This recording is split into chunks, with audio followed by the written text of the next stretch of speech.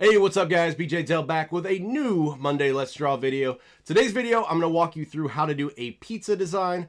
If you've been to my channel before, you know my style skews kind of towards the cartoony side. This one has a feel of that to it, but it also has a lowbrow dripping feel. Very reminiscent of stuff you'll see in pop culture and skate culture and in like graphic tee design. So I'll walk you through that. I'm also going to show you how to do a different technique to use shadows and highlights on your design. If you've seen my channel before, seen my videos, you'll know that I usually use one layer for shadows, one layer for highlights, do a black and white layer, and drop the opacity. This one I'm actually going to do 3 different layers for the shadows, 3 different layers for the highlights, and I'm going to color pick darker colors based on the color flats. So totally different way to do it, and it gives it more of a screen print feel to it that you would see rather than something that you're going to use for DTG or direct garment printing. But you can use this for either. It just gives you that more screen print feel. So if you want to learn all about that and more, keep watching.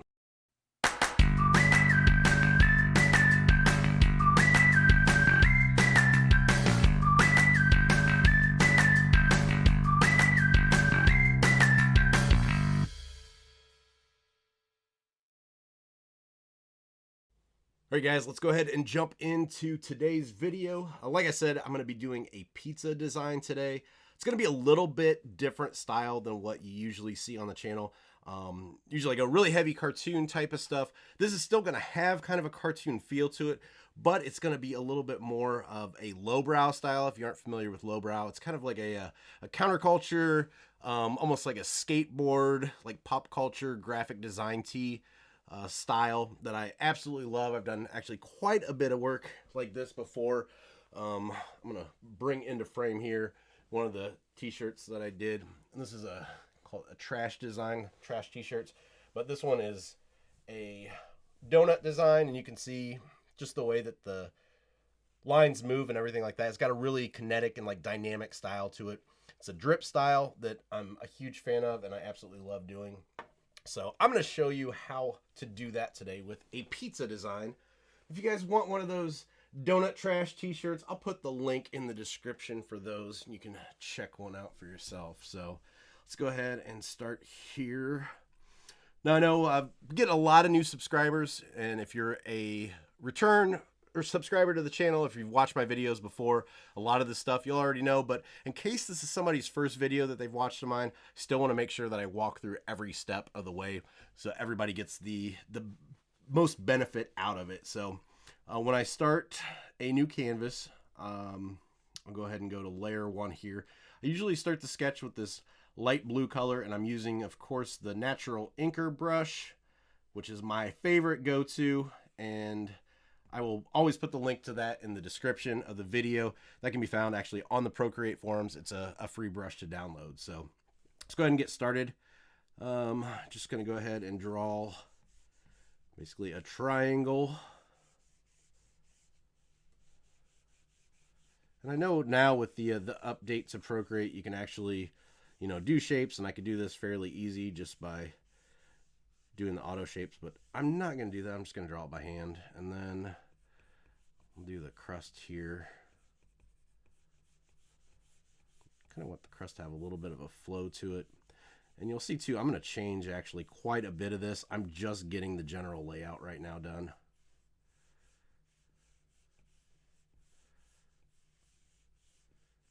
That's pretty good as far as shape wise. Let's adjust it just a little bit, spread it out. All right, and then let's go ahead and kind of lay out the basic areas. I'm going to make it a pepperoni pizza, so I just want the basic areas where the pepperonis are going to be. Just lay those in here kind of randomly.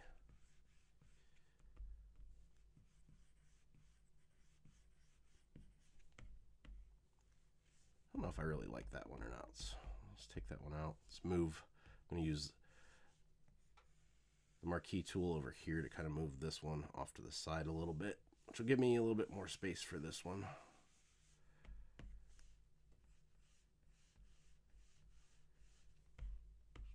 I'll do some of these half ones over here where the pizza got cut. And that should be pretty good. Okay, so that gives us our basic overall shape. So from here, I'm going to go ahead and go back up to my layer 1. Let's do a new layer here. And on this layer, I'm going to drop the opacity of layer 1 down just a little bit. This new layer on top, I'm going to start adding in kind of that dynamic drip effect. Where on these, I'm just making the swooshing motions for the cheese coming over top of those pepperonis so they're not just perfectly on there. Do that. And then I'm slowly going to just do these swoops down here for the cheese. You'll see I'm also going to pull some of the pizza out here. I don't want that perfect line straight down.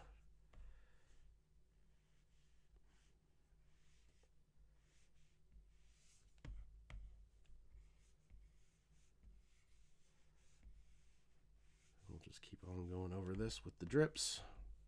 So it just has a lot of motion to it, and it gives the pizza kind of a personality without actually, you know, doing a face on there or anything like that. Builds the interest of the viewer of the piece and makes it kind of stand out from just your boring, you know, perfect triangle. So, and then I'll just kind of go in here too, add some more drips down this. These, no rhyme or reason, just kind of spacing them out. Now with these drips, the other thing I really like about doing these drips is going back to my previous videos about line weight, is you can really add in some shadows on these. I think I'm going to have the light coming in from this direction over here. So these left-hand side, the backs of these drips are going to be a lot thicker as they come down, and then they're going to pull back up. So I kind of want to give this crust a little bit more dynamics to it as well. So let's kind of pull this around like this.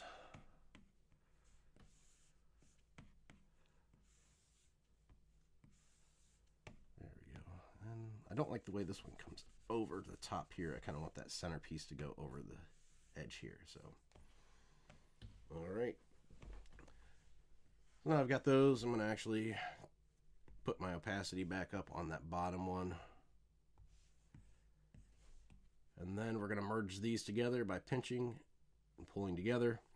Then I'm going to drop the opacity back down of that one. And then we're going to start our lines then on top of that. All right.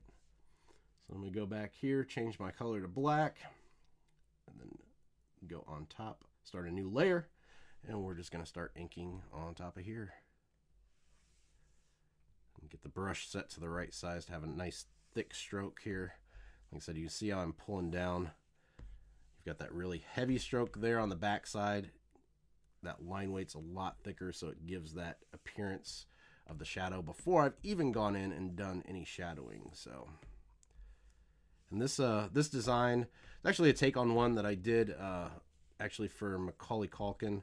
I talked about it in a previous video. He has a podcast called Bunny Ears, and I did a pizza design like this for him, and it had a set of bunny ears on top of the crust on the top, and that one's actually being sold on his website, bunnyears.com. It's related to the podcast, but they actually put that on an enamel pin, so you can get my official Macaulay Culkin merch at bunnyears.com. I'll put a link in the description for that. Of course, I don't get any money for that. You know, it was a paid client work, so that's done and over with. I don't see anything from the back end, but hey, if you're into enamel pins and want to have a cool pizza design that I did on your jean jacket or whatever, feel free to hop on over. And just going through and building up these lines and building up the overall shape of the pizza. You'll see how I'm still going heavy on that backside and pulling up, letting up the pressure as I come back around, so you have that heavier stroke over there. Pull back here so I can see a little bit better. And this is going to be a pretty quick one today, compared to, I guess, the final one that I did for him, because that one, it took me a few hours to get it, you know, exactly perfect where I wanted it. And I don't want these videos to be anywhere near that long, so just keep in mind, I always start from this left side since I'm doing the heavier stroke there and pull that up that way, so I always have the same thickness on that left side. Don't ever get it reversed.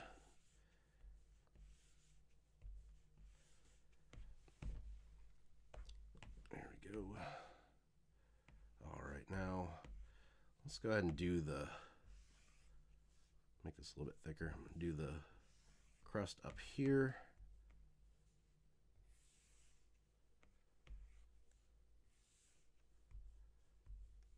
I've had a few weeks now too with the glove. If you watched the previous video, I talked about that. I am absolutely loving this thing. I was pretty impressed with it in the video that I did before on it, but man, as time goes on, seriously, I cannot do it anymore without the glove on. It's just so much smoother, and getting these lines just makes it so much easier. Your hand just flows so much better. So like I said before, if you're having problems with getting smooth lines or not feeling that your line work is where it should be, it's a small investment. They're only like, you know, $10 or so. So it's definitely worth the risk to try it, because I put it off for a while and then finally broke down, and yeah, I've been super impressed at what it does. So all right, from here on out, I want to do the circles. So let's go ahead and do a new layer. Now, the reason I start a new layer here, it's still going to be a line layer, but the reason I do a new layer is because this part that overlaps here, instead of trying to erase and not hit this line, since they're on separate layers, I can just knock it out pretty easy with the eraser, which saves a lot of time and headaches. And of course, now with this new shape tool with Procreate 4.2, it makes doing circles so much easier. When I actually did that design for Macaulay, I did it before 4.2 came out, so I actually had to do the circles in, I think it was Graphic at the time, and then I had to import them over, and it's just an absolute pain. Actually, let's do this. Let's clear this one out. This is an easier way to do this. Let's make one perfect circle here. Hit your edit shape and then go to circle, so it makes it a perfect circle. We'll pull it in a little bit. Now what I'm going to do to make sure that all these are the same size, let's just duplicate and duplicate. It'll make this a lot faster, move a little bit quicker. We're just going to throw these exactly where we put them. And I am using the iPad Pro 12.9. So if you have one of the regular iPads that are the newer ones that aren't the Pros, you might not be able to do it like this because there is a layer limitation. So I'm currently working on a 4500 by 5400 canvas due to doing a lot of designs for merch by Amazon. So that being said, if you have the just regular iPad, not the Pro, at that 4500 by 5400, you will only have 4 layers available to use. With the Pros, you actually get 18. So that's a huge difference between those. All right, so let's go ahead and combine all these circle layers together. So I've got all these on one now, but they are still on a separate layer than the rest. And like I said, we do that because we can erase super easy and not hit these lines. Makes life so much easier.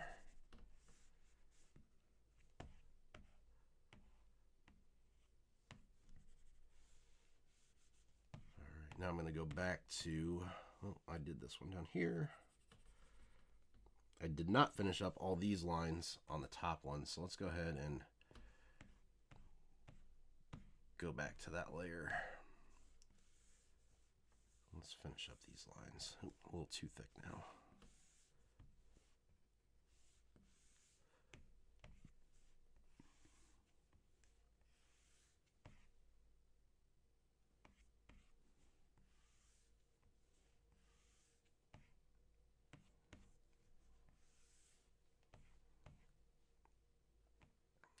looks good. Go back to our circles and then erase those overlaps.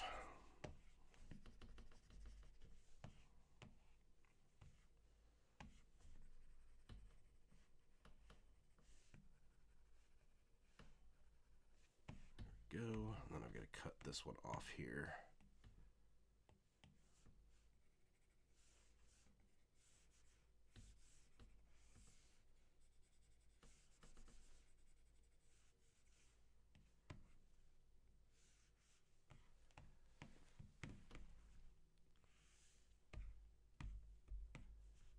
Got to kind of match up that line with that top one.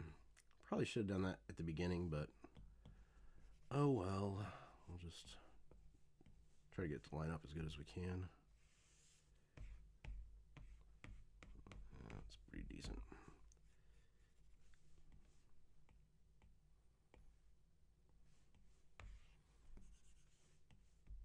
Just erase the rest of these overlapping parts, and we should be pretty good on the lines then.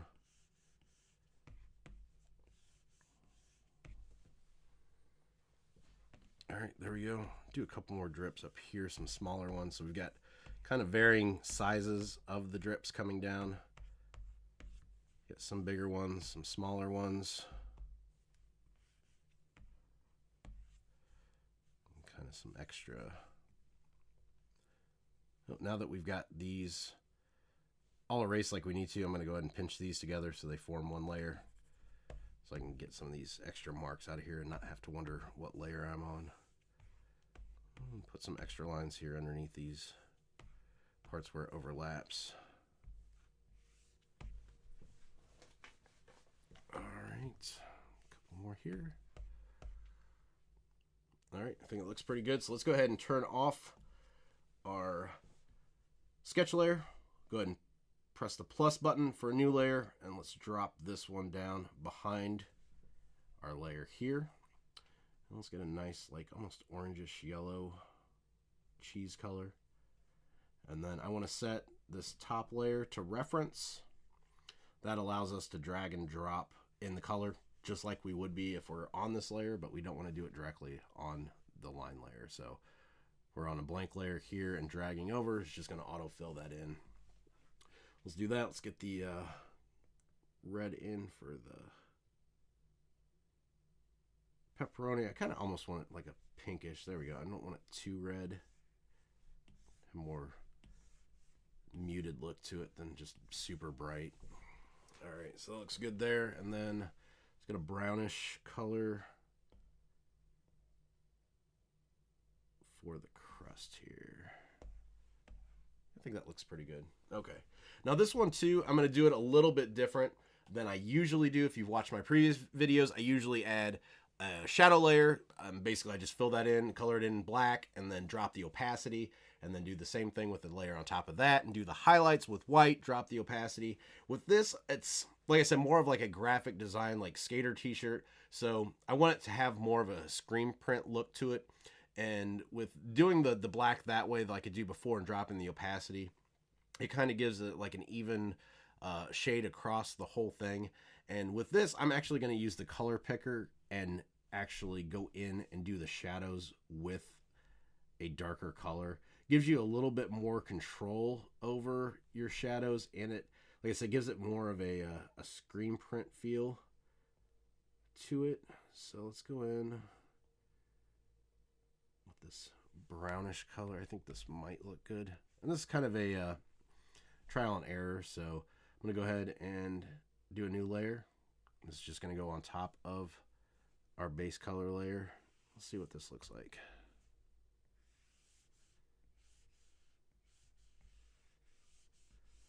I won't really know until I get a few of these done, but the good thing too with having this on another layer is we can just drag and drop and it'll change all these colors at once. So if we don't like the color, it's pretty easy to change it. It changes just a drop at a time. So I think that actually looks really good pulling out now. It's got a nice shadow look to it just because we chose a darker version of that same color. So I think we're going to go with that. So let's just keep going. And this is also going to be a little bit different than how we usually do it, because to make things easy to fix, to erase, we're going to actually make a new layer for every shadow color. So this cheese is going to have a different color for its shadow. Of course, the pepperoni is going to have a different color since it's that pinkish red. It's going to have a different shadow color, and we're going to have to make a new layer for every single one of those. It just makes it easier. If you mess something up and go to erase, you're not erasing another color. It does make it harder though, because here, the way this shadow would come down from this crust part, with doing it like I usually do it with the black layer with the opacity dropped, you could just basically follow the stroke around. With this, you're not going to be able to do, because that's going to be that brown. That's the shadow for the yellow cheese, so you can't actually go in one swoop across there. We're going to have to actually wait to do this part until we do the shadows for the pepperoni. So it's a little bit more of a hassle this way, and that's why I usually stick to my shadowing technique that I use in most of my videos. It's just quicker, but there are times when you're doing certain designs that this actually will have a better, more natural look, depending on, you know, the style of design you're doing. So definitely keep that in mind as you're going through and making your design. Kind of ask yourself what the design calls for, because you don't necessarily want to use the exact same technique with every single design. Drop the size down here a little bit. I think to make this a little quicker, I'm just going to go ahead and go in and streamline. So if I go to my brush and hit streamline, this is the thing that gives you that smoother line and keeps your stroke really clean.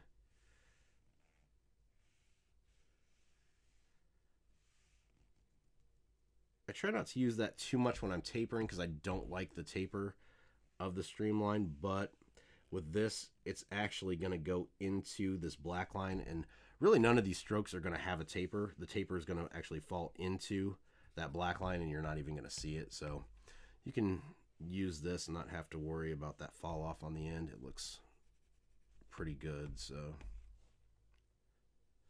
basically what I'm doing, every drip here, light coming in from this way, so I'm putting a shadow behind every drip. I'm also going to put a shadow underneath these parts here, kind of taper them up since the light's coming in from that way. I want the shadow to be thicker on this back side.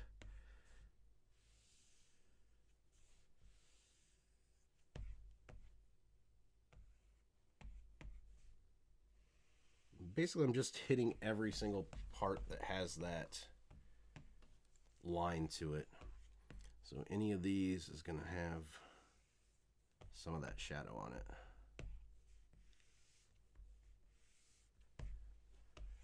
And then I'm going to go back around the pepperoni. It's the way that the light's coming in. The back sides of these pepperoni, they're all going to have shadows to them as well.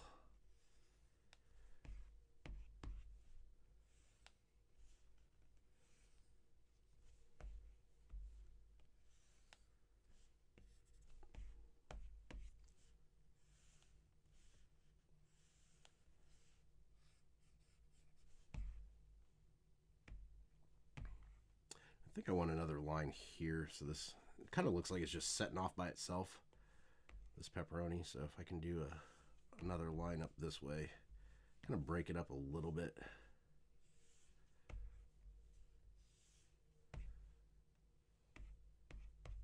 Another line down here. It's a little more natural. All right. Get the rest of these shadows done for the cheese. We can move on to the highlights for the cheese.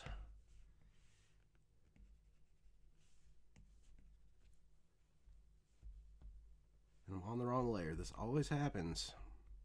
If you're a member of the Facebook group, I actually posted a little meme about that the other day. It's like the Captain Picard facepalm Star Trek thing of, you know, when you work on a design for hours and you then realize that you're on the wrong layer the whole time. It's nice if you catch it right away, but you put a few hours in and yeah, it gets a little depressing.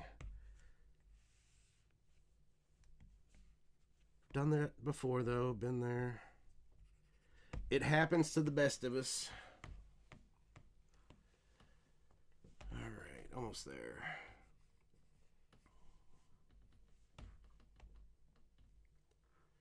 Cool. All right, so let's see. Let's go back. See, I'm so used to doing the highlights. I went here and did white, but we're not doing that. So I got to go back to the pizza layer with the cheese. Highlight that, select that, and I'm going to want kind of like a bright yellow. And once again, not really going to know if it's going to look good until you go in there and put it in. So like I said, start a new layer. So if you do mess up, you're not erasing what you just did. Yeah, I think that looks pretty good. It's got a nice shine to it. You can tell it's supposed to be brighter than the other, so I think it plays well together. We're going to keep that. And so now what I'm doing is basically just hitting the sides that are opposite of the sides that I hit before. And it's cool too to just do a few of them here and there. Of course now, okay, I just want to make sure I wasn't on streamline. Now I don't want to be on streamline because I do want tapers on this part.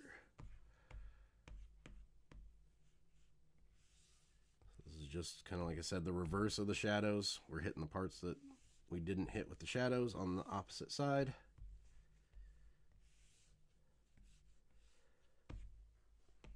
Figured too, pizza's a good one to show you guys because pizza is one of those foods that everybody loves. So if you're looking at drawing as a a way to market, make money, pizza's always a safe bet. Pizza and unicorns, I guess.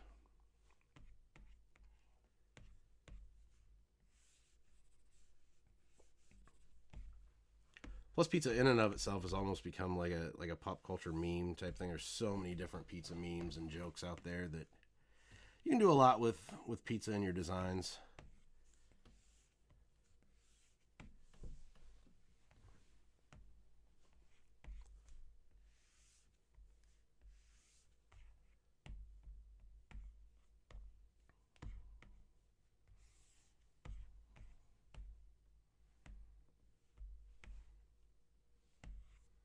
I'm just going to do a few more drips down here. And actually with this, I'm just going to do some lines like this. And I want the bottom of the line to be thicker than the top. So the top's going to have that taper. Just because if this almost signifies a drip, the heavy part's going to come at the bottom as it's dripping down the pizza.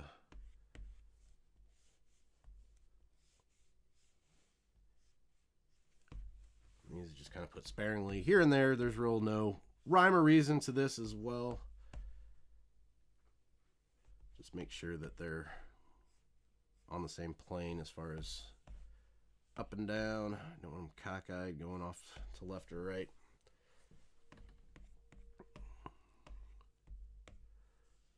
Couple more highlights on these parts here. And I think that's good as well. So let's go ahead and hop on over to the pepperoni then. Like I said, new layer, since we're doing the shadows differently. And let's get a nice darker color. I think that should work. Once again, we're just going to hit this left side from the way that that comes in. And I tell you right now, I don't like this color. It's way too purple. You really don't know, like here, what the colors are going to look like until you get them up against your base color. So I want something dark, but not that dark. You'll see that filled in that whole thing because I still have reference on here. So let's turn reference off this top layer. And let's try that again. Yeah, I like that a lot better. It has a little bit of a darker, more brownish feel to it rather than that purple. I did not like that at all.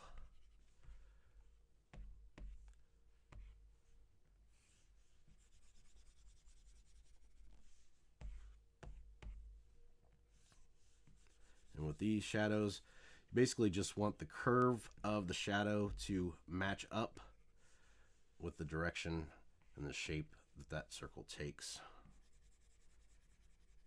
It makes it believable if it follows kind of the same general shape.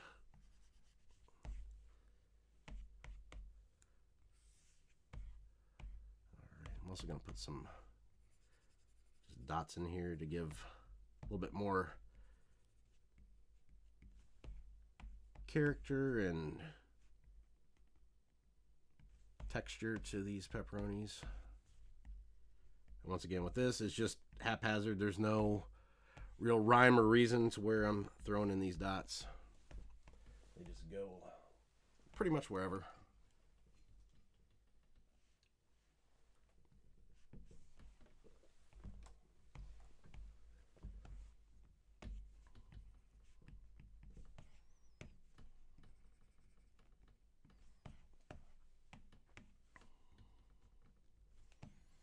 Alright, that looks good, so let's go ahead and select that pepperoni color again, make a new layer, and let's get a lighter color here for the highlights. Once again, I'm not sure if I'm going to like this.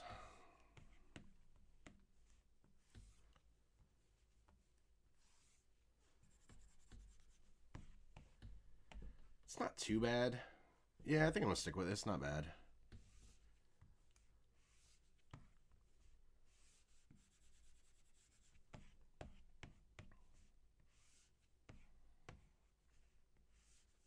Yeah, this style is one of my favorites to do just because, like I said, the motion of the lines and everything like that, it's got a real kinetic energy and it's fun. You also, when you're changing lines up this often, you don't have to worry as much about making sure everything is perfectly straight because you're changing the direction, you know, every turn of the way. So I think it actually is almost easier to do. So if you're having problems sometimes with your lines, maybe, you know, try this style and see what you think.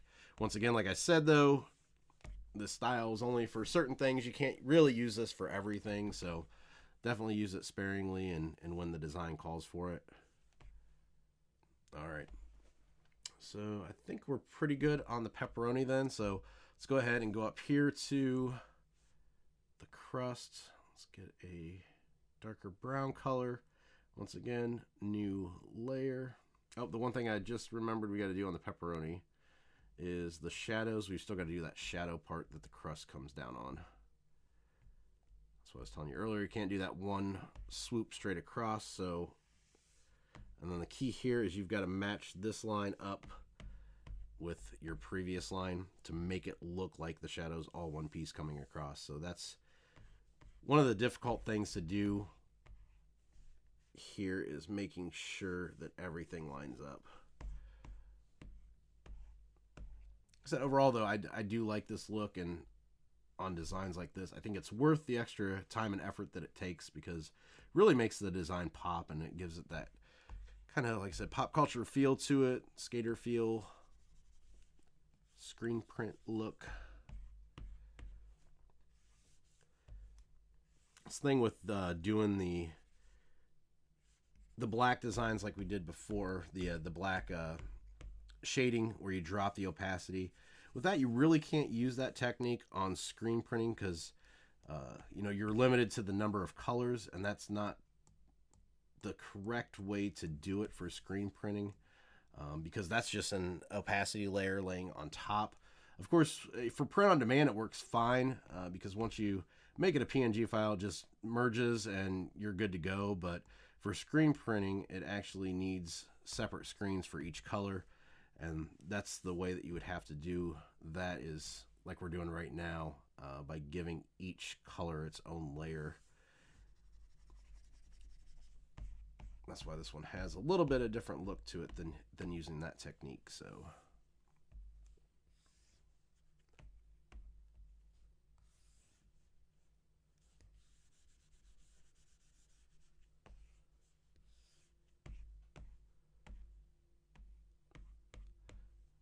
pull this one down a little bit more here.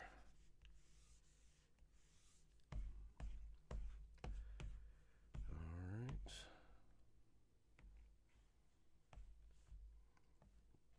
And let's do the lighter color then for the highlights. new layer once again. I'm just going to hit these up at the top fairly quickly. I'm going to do a lot of highlights. This, I don't really can't see it that well, so I think it needs to be actually brighter. Pull it up a little bit more. And we'll try this one and see. Oh yeah, it's a lot better. You can see that a lot better.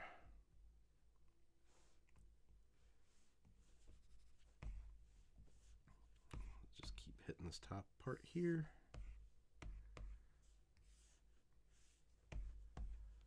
Alright, and then with the crust too, I'm going to go back in with the shadow layer. And I want to give that a little bit of texture too, so we're just going to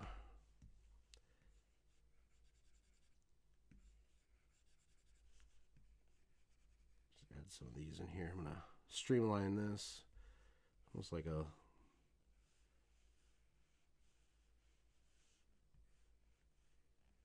curved rectangle, just to give it a little bit of texture so it's not totally plain up there at the top.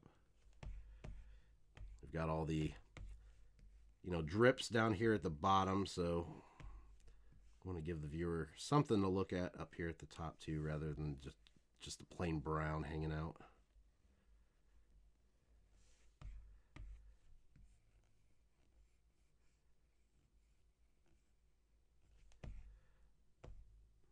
And to speed this up, because I don't want to take up too much time doing this, I'm just going to make a new layer here.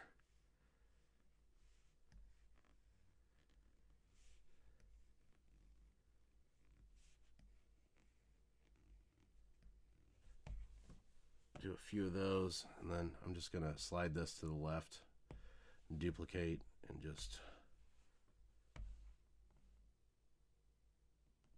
swing these around. This I probably wouldn't do normally, because I'm doing it just to save time. I want a little bit more control over where these are going, but so for the sake of time, keeping this video manageable and watchable and entertaining, you don't lose interest, we're just gonna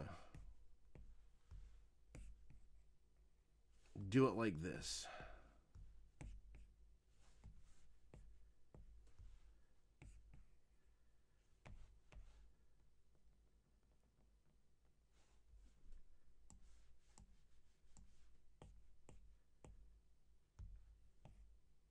We hit our maximum number of layers, so go ahead and group those together so it frees up some layers. That's one of the nice things you can do. You know, if you're working with the lower end iPads and you run out of layers, you can always group stuff together. Of course, it makes it difficult if you mess something up and you've got to go back. That's going to make it very difficult, so that's why it's nice having the extra abilities with the Pro and have the extra layer options. Do these.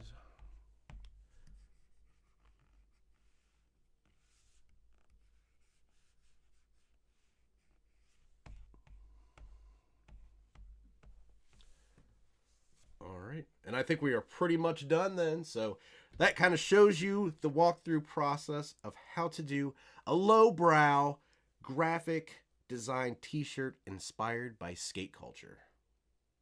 All right, guys, that's it for today's video. As always, thank you for watching, and also thank you for subscribing. It seems like just a couple weeks ago I was talking about how excited I was because we hit 500 subscribers, and now we're up to 820 something. So you guys really mean the world to me, and I really appreciate you subscribing. If you haven't yet, make sure you hit that subscribe button and hit the bell for notifications so you get alerts when I post new videos. And make sure too, if I'm helping you guys out and you've got other people that you know that might find the channel helpful, share the channel with them, post it on your social media, send it to somebody in real life over text. If anybody can get something out of it, please share and pass it along. But thanks for subscribing, because it really, really does mean a lot to me. But if you haven't yet, Facebook, got the group going. We've got tons of people joining. Keep creating a Learn, Draw, Share art community. Link is in the description for that. Hop on over, join the group. People are posting their stuff, sharing tips, tricks, videos, all kinds of stuff. We want to see you guys in there too, so make sure you hop on over. But as for me, I can be found online at bjdell.com and on Instagram and Twitter at bjdell. So until next time, keep creating.